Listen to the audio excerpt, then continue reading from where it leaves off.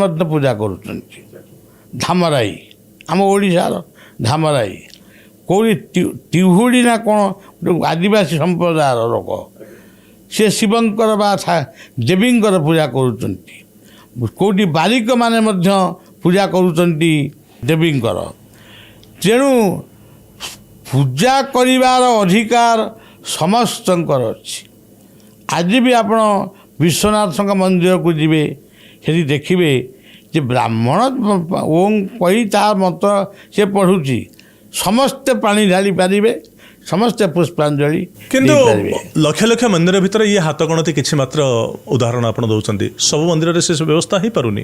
ଯିଏ ଦକ୍ଷ ସିଏ ପୂଜା କରିବ, ଜାତିଭେଦ ନଥିବ, ଏମିତି ପରିସ୍ଥିତି ସମାଜରେ ଆସିବନି। କିନ୍ତୁ ଗୋଟିଏ କଥା, ଯୁଗ ଯୁଗ ଧରି ପୁଅ ବାପକୁ ପ୍ରଣାମ କରିବ, କିନ୍ତୁ ଏମିତି ଗୋଟେ ପରିବର୍ତ୍ତନ